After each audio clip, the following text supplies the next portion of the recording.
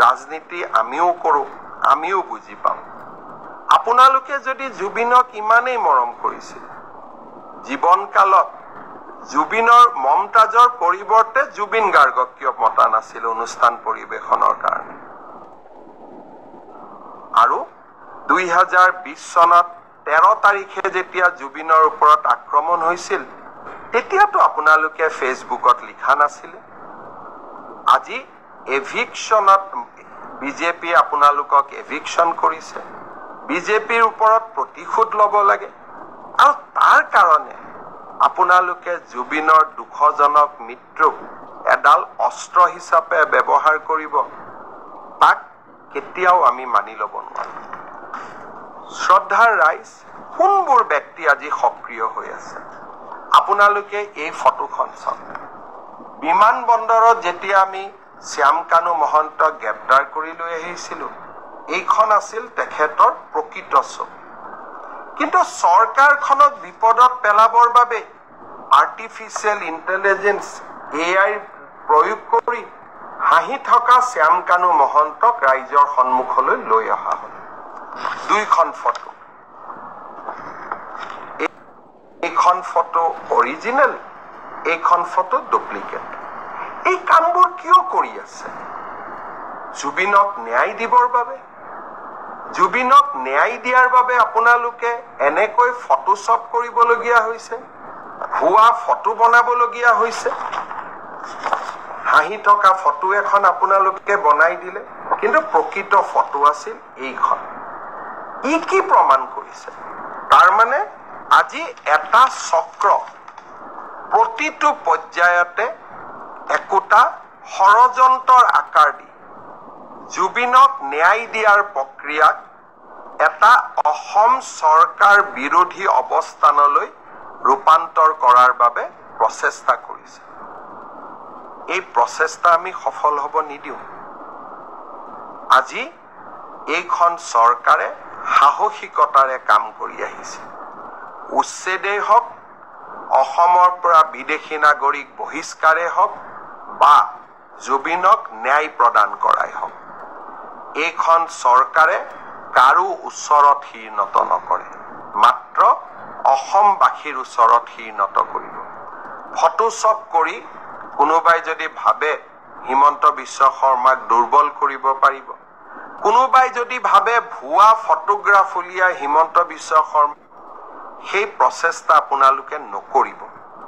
মই আকৌ এবাৰ আপোনালোকক অনুৰোধ কৰিম, মই আজি ফেচবুকৰ পিছত মই 2020 চনত জুবিনৰ বিষয়ে কোৱা কথাকেইটা এবাৰ আপোনালোকে শুনি ল'ব। তেতিয়া আপোনালোকে বুজি পাব যে আমি সকলো জুবিনৰ অনুৰাগী। শ্ৰদ্ধাৰ ৰাইজ, কেতিয়াবা কাকতলীয়া সংযোগ হয়, কেতিয়াবা ডেলিভাৰেট হয়। যোৱা কালিৰ পৰা এখন নতুন নাটক আৰম্ভ কৰা হৈছে। শ্যামকানু মহন্ত উচ্চতম ন্যায়ালয়ত কেনেকে যাব পাৰে? কোনোবা উচ্চতম ন্যায়ালয়ত যাব খুজিলে তাক কোনেও ৰখাব নোৱাৰে, কাৰণ সমগ্ৰ বিশ্বৰ পৰাই আজিকালি ইণ্টাৰনেটৰ জৰিয়তে উচ্চতম ন্যায়ালয়ত কোনোবাই আবেদন কৰিব পাৰে। ন্যায় বিচৰাৰ অধিকাৰ সকলোৰে আছে।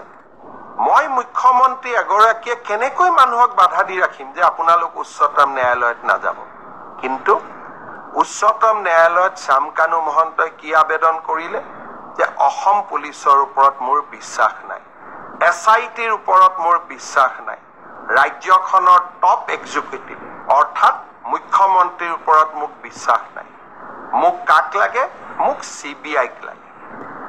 এই কথাখিনিয়ে যোৱা 5 দিন আগৰ পৰা কোনে কৈ আহিছে?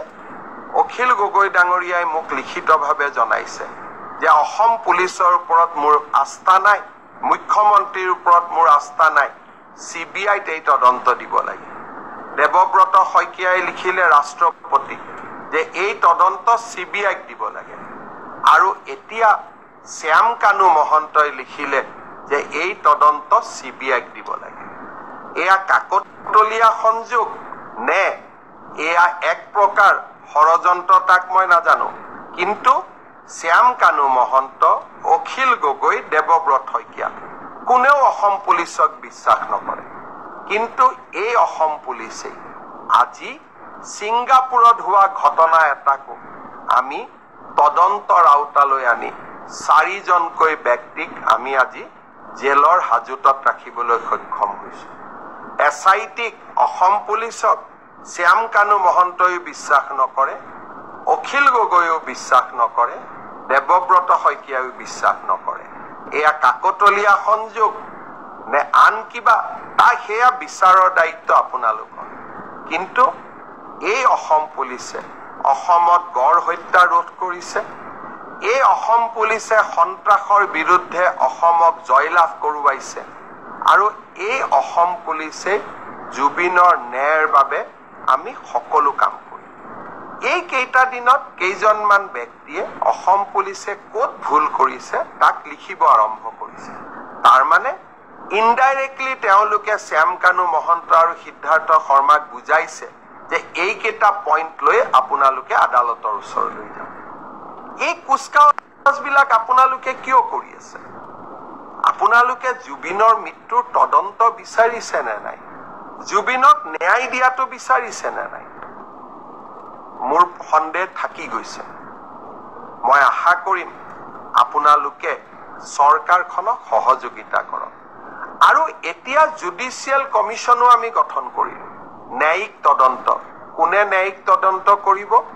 গুৱাহাটী উচ্চ ন্যায়ালয়ৰ এজন চিটিং জাজ, জাষ্টিছ সৌমিত্ৰ শইকীয়া। তেওঁক আপোনালোকে সহায় কৰক।